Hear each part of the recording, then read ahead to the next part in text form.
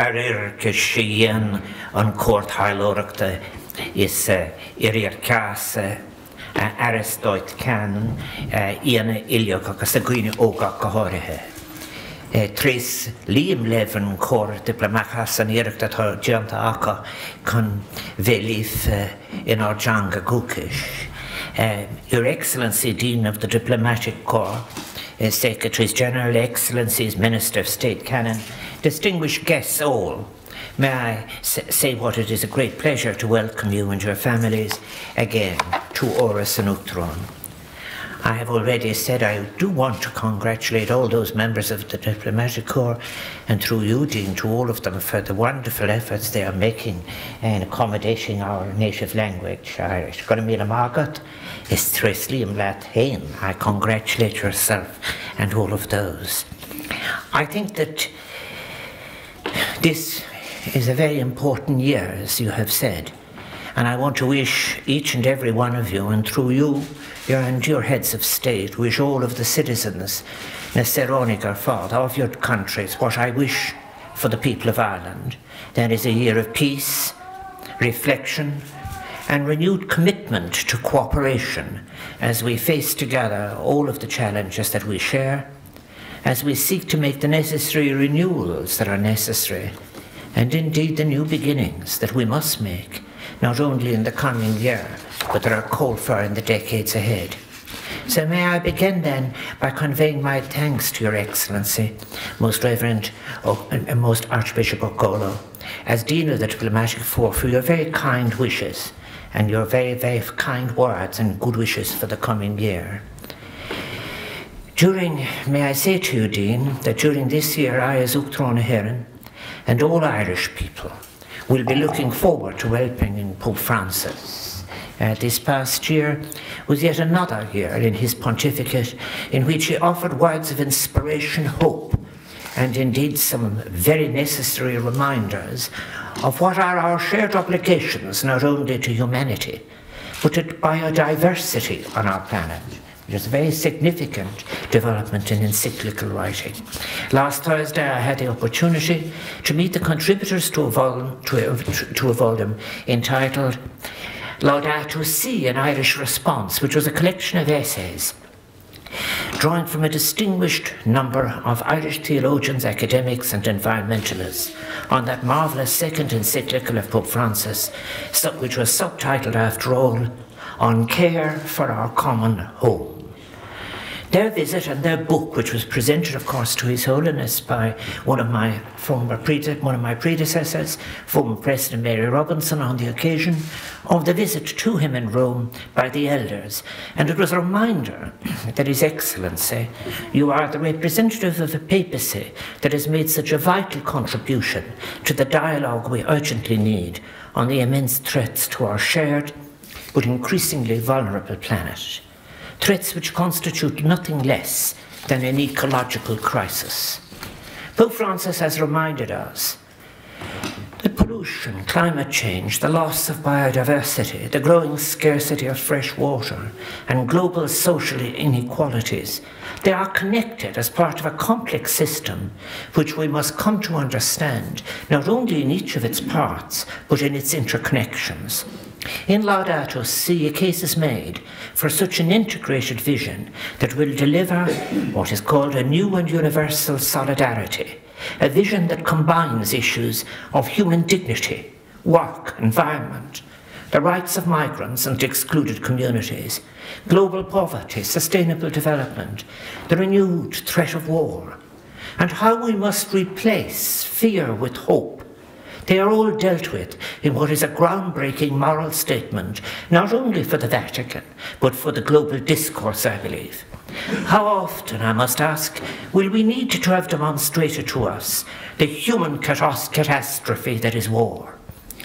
Why is it necessary, generation after generation, to devote the richness and promise of nature and human intelligence to preparations for war, and devote it to become the means of war?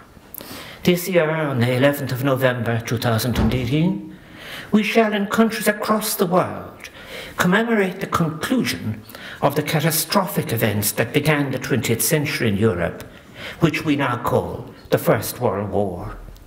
We will recall not only all of the dead, but the lost potential of those millions who lost their lives or who were injured during that conflict, and the countless others who suffered mental anguish as a result of bearing a witness to living with the legacy of the horrors of war. That war did not end all of the wars of that century in Europe or the world, nor has it ended the invocation of fear. As foreign policy, the threat of might, of nuclear capacity that exists to this day. The papacy of the period of that First World War issued an encyclical too, Ad Beatissima Apostolorum, just 2 months after the conflict had begun, in which the war was described as the suicide of civilized Europe. We may now, even more so today, question as to how that word civilized came to be used, the connotations it has carried through the generations and across cultures and belief systems, and the purpose to which it was pushed, the hubris of an alleged single source of civilization. The collision of the empires of Europe visited a terrible devastation upon the peoples whom they sought to keep subject. Peoples whose subjugation, like the First World War, reflected the application of ideas which were anything but enlightened in a philosophical sense, indeed reflected the perversion of new science and technology towards what would become and continue to be its very worst ends. The First World War, above all, represents the failed consequences of a particular model of diplomacy, the diplomacy of the strong, seeking to achieve, defend, or extend hegemony. It was one that embraced cynicism, that asserted a narrow hegemonic theory of interests over idealism, and the projection of national power above the recognition and rule of international law itself. The balance of power, established at the Congress of Vienna in 1815, facilitated repression at home through the suppression of the liberal nationalisms that were arising within the dynastic empires and abroad, experienced through the creation of vast, threatening imperial systems. That international system was served by a diplomacy based on the prosecution of a theory of balanced but competing forces that existed within its own remorseless logic, that is summed up by the ancient motto, "If you want peace, prepare for war." That brutal logic of deterrence has left us a legacy that defines security as management and threat of fear, rather than the terms of eliminating global poverty, enabling sustainable development, or preventing loss of life. Such a view has locked up so much of our natural and human resources in a militaristic logic of endless preparation based on fear of the other, distortion of the culture and motives of the other. In 2018, as part of our decade of centenaries, where we will remember the end of the First World War and will honour the Irish who fought and died in it, we will also remember and commemorate the general election here in Ireland of December 1918, influenced as it was by a widespread rejection of conscription. That election was a key point in Irish history because it provided the democratic mandate for the first Dáil. That election also had a further significance. Almost hard to say it. It was the first election in which women in Britain and Ireland were enabled to vote, a limited number of women. And it was the point at which women's suffrage, for which so many had campaigned and suffered imprisonment, was achieved to a degree. In 2018, we will be honouring here at Orsanutro and throughout Ireland the suffragette movement. And while 1918 was therefore a new beginning in that sense for us here in Ireland, it represented in a wider European context. It represented the failure. I think we must remember it as the tragic failure too of diplomacy. The possibility then of a new start in international relations and national self-determination, which had been embodied, for example, in Wilson's 14 points, was squandered in the peace settlements, such as that of Versailles, whose provisions many saw as simply entrenching those very inequalities between nations which had been one of the causes of the war. More malign forces of nationalism and extremism in turn then could feed upon these diplomatic failures as fuel for a myth of betrayal and victimization. Once again, 100 years later, in this year 2018, we see that the value of diplomacy is being called into question. People point to the daunting global challenges we face. They are there. Climate change, the conflicts in Syria and Yemen, the devastating humanitarian crisis in Rakhine State and Myanmar. And we have to ask, has diplomacy failed again? In the absence of diplomatic solutions, people more generally are being invited by the bellicose to turn to who use siren voices proposing simplistic answers, the use of force, or crude exclusionary measures against those defined as other than us. And history should remind us of what diplomatic failure can mean and visit on us. The consequences are not abstract. We know that at its worst, it can result in violent conflict and the destruction of countless human lives and, of course, human potential. In a recent speech, the distinguished UN diplomat and High Commissioner for Human Rights, Zeid Ra'ad Al Hussein, who I had the honour of visiting Oros Electron during this past year, did not mince his words. He said, "We now find ourselves in a political earthquake zone, where the basic global consensus embodied in key regional and international institutions is being eroded." It is not sufficient, however, to simply note that the absence of effective diplomacy can have and will have dangerous consequences. All of us, I think, as diplomats, in particular your vocation, is to devise a positive vision which can capture and sustain the support of public opinion. And you must claim the space for and seek to vindicate diplomacy. You must show how diplomacy can help solve the problems which face the world, and how negotiation and compromise ultimately offers a better way forward than conflict and polarization. Is the very basis of our multilateralism not under threat? Since the creation of the United Nations and its associated institutions at the end of the Second World War, the focus has been so often and correctly and promisingly on rights-based diplomacy and the elaboration of a network of multilateral institutions. And these have created very important norms and entrenched universal values, for example, such as are enumerated in the Universal Declaration of Human Rights. Universalism is a concept. It's a category that should limit the imposition of the excessive influence of the strong as a single source of values.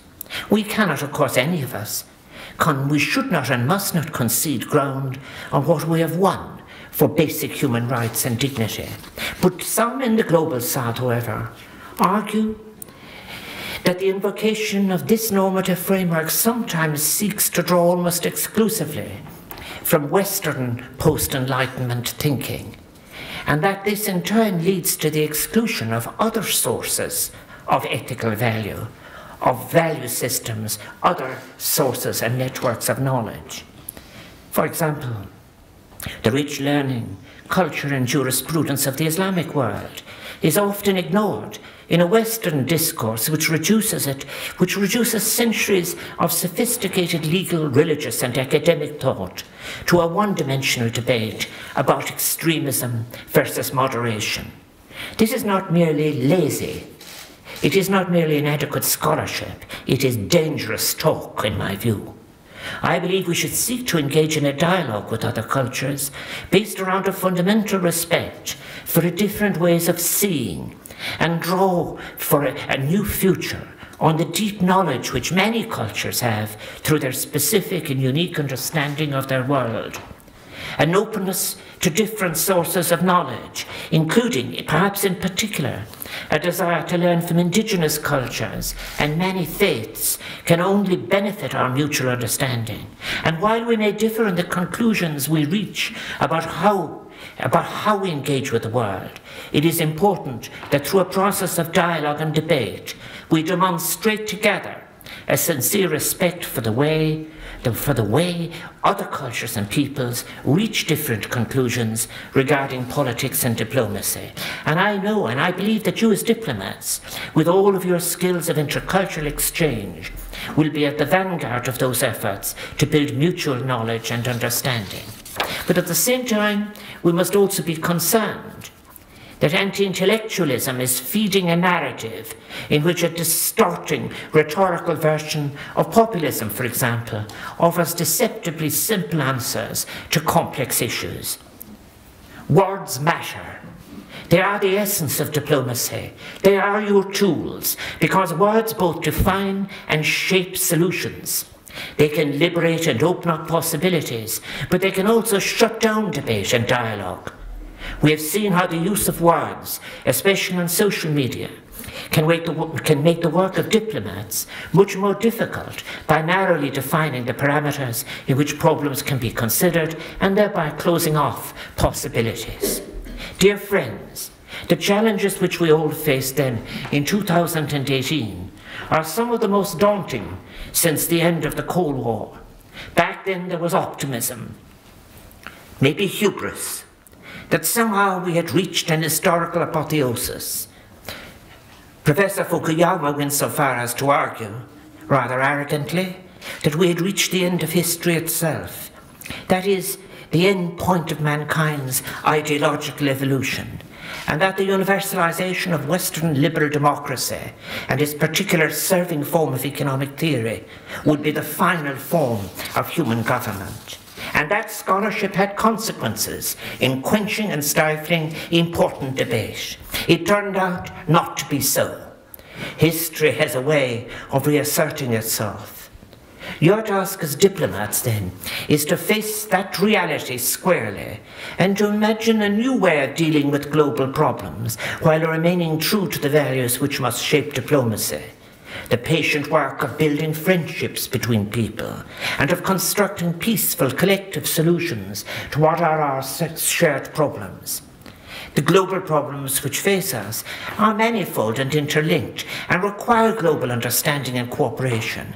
The threat to all our futures that is posed by climate change, the ongoing conflicts I've mentioned, those conflicts in the areas that we describe as the Middle East, those especially in Syria and Yemen, the importance of a just resolution of the Palestinian question, rooted in international law and a two-state solution, the ongoing challenge of conflict and poverty in Africa, which will be our youngest, most crowded planet before the middle of this century, the desperate humanitarian plight of the Rohingya people in Myanmar, the importance and the need for a renewed multilateral effort to underpin the joint comprehensive plan of action for Iran, and a peaceful resolution to the issue of nuclear proliferation in the DPRK.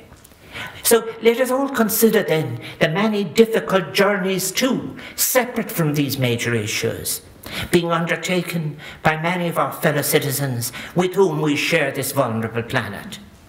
Those many millions of women, children and men around the world who suffer from the lack of a home or secure shelter. This last year we learned that 20 people a minute are forced to leave their homes by wars, conflict, persecution or natural disasters. We have a responsibility, all of us citizens, heads of state and diplomats, to help the many millions of refugees and displaced persons find their rightful place in a peaceful and secure society. But underlining all of these issues is the fundamental question of how we ensure the representation and dignity of all people, how to preserve and protect their fundamental human rights and help them build a better and more secure future for themselves and their children. How do we begin to resolve all of this, these daunting challenges? And what are the tools which you as diplomats are using in your work? Diplomacy has been defined as one of the most important institutions of our societies, defined as one of the most important institutions of our society of states. That was the phrase used. Diplomacy enables states to secure the objectives of their foreign policies through negotiation, dialogue and debate, without resort to force. At its best, diplomacy should seek to balance the pursuit of national interests grounded in an inclusive public debate with an ethical awareness of our shared humanity on a fragile planet. The foundation of a diplomat's work is laid in the foreign policy of their state. It is an essential part of the identity of any country. It reflects how a state views the world and how it interacts with other states in all their complexity and history and diversity. I believe that a state's foreign policy must be firmly rooted, firstly in the values that inform the public space. Thank you for your reference to my citizenship initiative. Secondly, I believe openness and accountability are essential characteristics of a good foreign policy. I recall in my other life as a parliamentarian, more than 30, as far back as 1988, advocating an Oireachtas committee for an Oireachtas committee on foreign affairs. I did so to encourage public debate, to ensure accountability for what is being said and done around the world in the name of Irish citizens. This committee and the other parliamentary committees on European affairs and the Good Friday Agreement now provide invaluable scrutiny and democratic oversight of Irish foreign policy. It was Lord Palmerston who had argued that states have no permanent friends or enemies, only eternal interests, as he put it, which they have a duty to follow. Now, while his assertion of a realism in foreign policy terms reflect a 19th century imperialist mindset, the concept continues to have surprising longevity in the discourse of some contemporary international relations, while its consequences are ignored.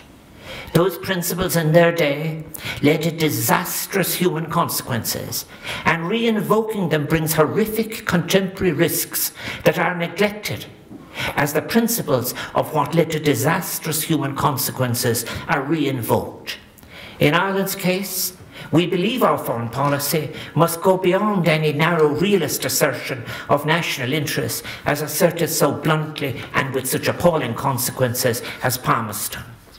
A broad vision of Ireland's place in the world has been at the heart of our foreign policy since before the foundation of our state itself. And one of the opening acts of the First Dáil in 1919 was to issue what it called, in 3 languages it was issued, a message to the free nations of the world, which unambiguously stated that Ireland believes in freedom and justice as the fundamental principles of international law, because she believes in a frank cooperation between the peoples for equal rights against the vested privileges of ancient tyrannies, because the permanent peace of Europe can never be secured by perpetuating military dominion for the profit of empire, but only by establishing the control of government in every land upon the basis of the free will of a free people.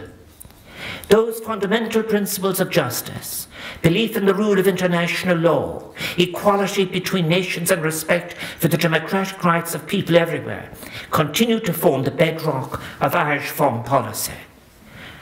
For Ireland, because of our history, and because we are in terms of population as a relatively small state, we believe respect and support for the multilateral system must be at the heart of how we tackle the global problems we face. It is a core value of our diplomacy. The poet John Donne wrote, "No man is an island entire of itself. Every man is a piece of the continent, a part of the main. If a clod be washed away by the sea, Europe is the less."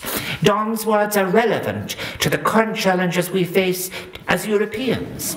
I believe multilateralism, a shared sense of working together to achieve our aims, must remain central to our identity and our diplomatic approach.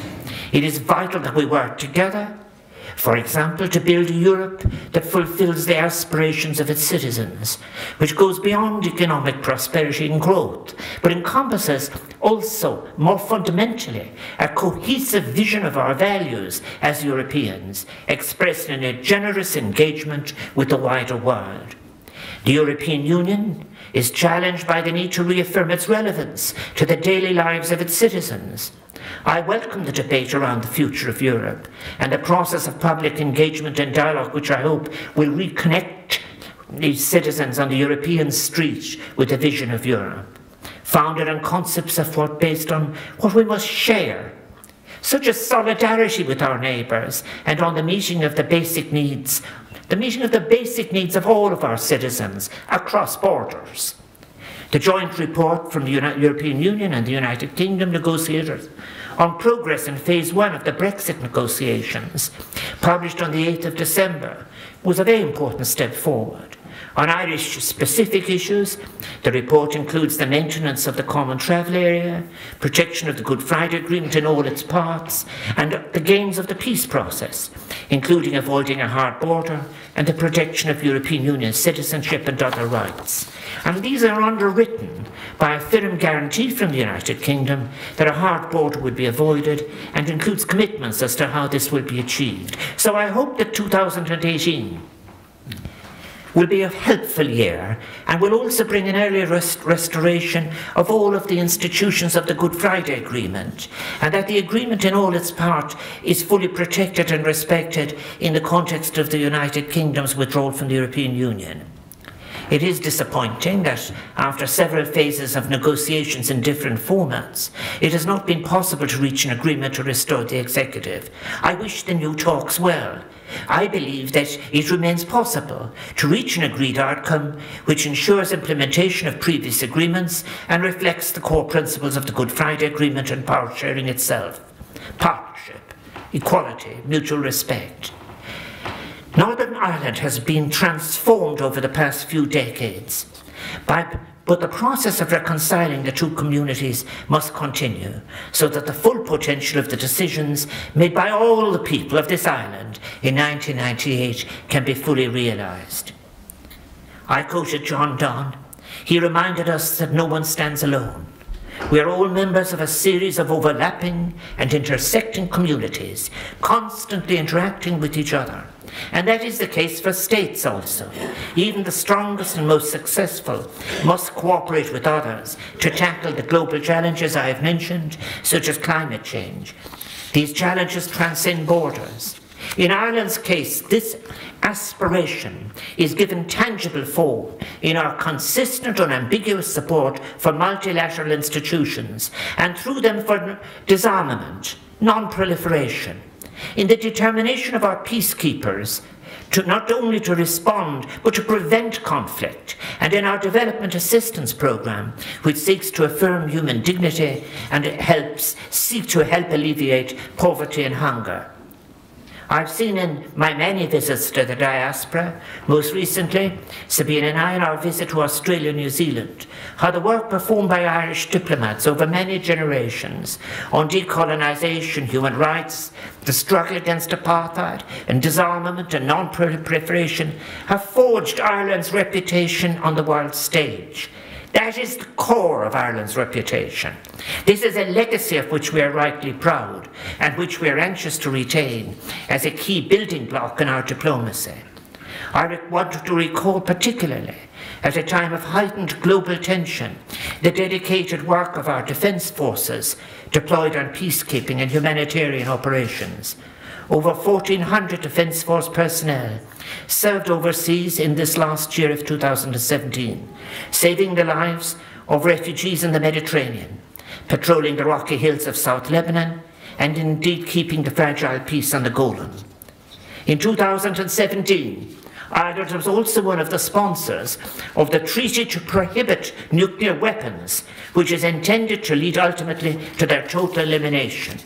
This groundbreaking treaty is consistent with the leadership role Ireland has taken on disarmament and non-proliferation, such as the Ottawa Convention on Landmines and the Convention on Cluster Munitions. It is of critical importance because it sends a clear signal that the normalization of nuclear weapons as just another instrument of war can never be acceptable, and that because of their devastating destructive power, they must ultimately be prohibited.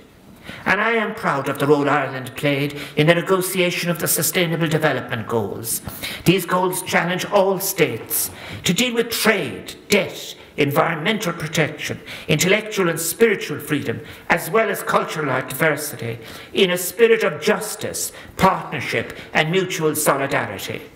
The international community must now commit to offer the possibility through new connected models of ethics, ecology, and original economic thought and practice that will transfer science and technology in a culturally responsible way and enable the implementation of the goals, achieve their full potential. And it has, of course, the capacity to transform the lives of millions, in particular in continents such as Africa. Another area which requires multilateral cooperation is the climate change, and I hope that the international community can move forward again on the implementation of the Paris Accord. Last year I said, I believe it is a truly turning point in addressing the climate crisis and is at the start of a powerful movement for change that has public support. I hope that all countries can ultimately sign up to the agreement, which does not threaten the prosperity of any state, but rather is a sign of our shared commitment to secure the future of our fragile planet for generations to come through sustainable development. These agreements are ultimately larger than any one state. However, as they affect the entire global community, I believe the wider international community and civil society must be mobilized in their support and to ensure their implementation. Here in our Synodon, we try to do that by having public events which celebrate the importance of sustainable development and responding to climate change. But as the High Commissioner for Human Rights has reminded us, the multilateral system, which has been the basis of international peace and security for over 70 years, is today under unprecedented strain. And while we acknowledge the weaknesses of the United Nations that may be there, and the need to make its institutions and processes may be more representative of the wider international community, in particular the Global South, Ireland continues to support the United Nations because we believe it provides a framework of values and the mechanisms to support them that remain relevant and valid. And if we have not yet achieved them, it is not because they have lost their currency, but because our efforts have not yet matched our ambition. In 2020, Ireland will be a candidate for election to the United Nations Security Council. We will be seeking the support of your governments for our candidature. We put ourselves forward because we believe it is our responsibility as a small state to shoulder our share of the burden of global leadership on issues of international peace and security. We also believe that our values and principles, as well as our strong commitment to the United Nations, embodied in the continuous presence of Irish personnel on so many United Nations peacekeeping operations since 1958, will enable us to make a valuable, informed contribution to the work of the Council. Dear friends, the absence of peace in the Middle East reflects a fundamental failure of the international community at every level, the human and diplomatic level, and sadly in that troubled region, we sometimes hear words that provoke rather than heal. I would appeal for all parties to remain committed to reaching a peaceful negotiated solution to the Middle East peace process, something which is essential for Israel to secure its future, but for Palestinians to enjoy their full political rights. The aspirations of both parties must and can be fulfilled in a way that must be found through negotiations to resolve the status of Jerusalem, for example, as the future capital of both states, in line with relevant United Nations Security Council resolutions and international law. At this time of heightened tensions across the region, it is the responsibility of all political leaders to avoid using words which could inflame the situation and make the task of diplomats and peacemakers ever more difficult. Because of the Irish peacekeepers deployed in South Lebanon and the Golan, Ireland has a fundamental interest in ensuring that nothing is said or done which could endanger their safety and security. And I have to say I am appalled by the continuing violence in Syria and its impact on the Syrian population. I urge the international community to support the United Nations broker talks in Geneva to try to bring an end to the fighting.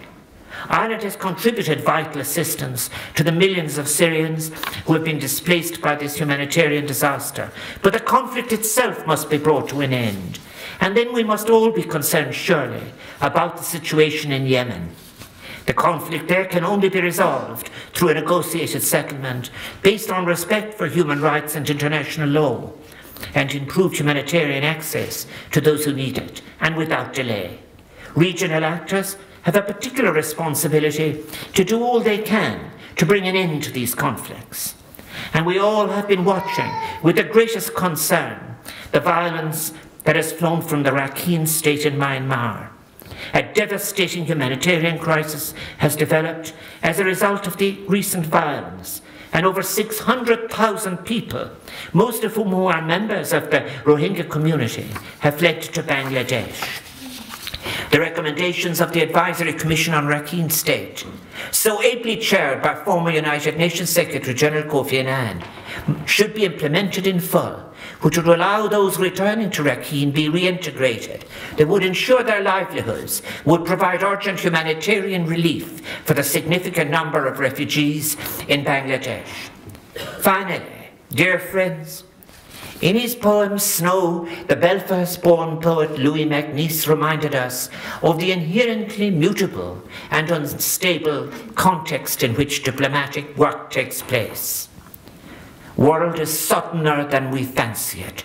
World is crazier and more of it than we think, incorrigibly plural. Diplomats must embrace the plurality and variety of the world and use their experience and training to think about how different people engage with it through different languages, cultures, histories, belief systems. That fluidity and movement makes your professional lives deeply rewarding, but it also makes great demands on your skills and resilience and those of your spouses and families, which Sabina and I are so pleased to welcome again today. And they, after all, make possible and share your diplomatic life with you. May I thank you once again for the vital role you all play and will play in building understanding between nations and peoples and doing whatever you can to foster peace and security in 2018. And may I take this opportunity to ask you to convey my own good wishes, those of the Irish people, to all of those you represent. Gwibrak sanas arif galieni wan, den vlienchester na binter fata tala tjerp. Is berbarak lagakra den megarshulagi, sono winter agus winter and dan, den vlien shohagen. And now may I propose a toast to the heads of state here represented. Gurmila Mahagi, thank you.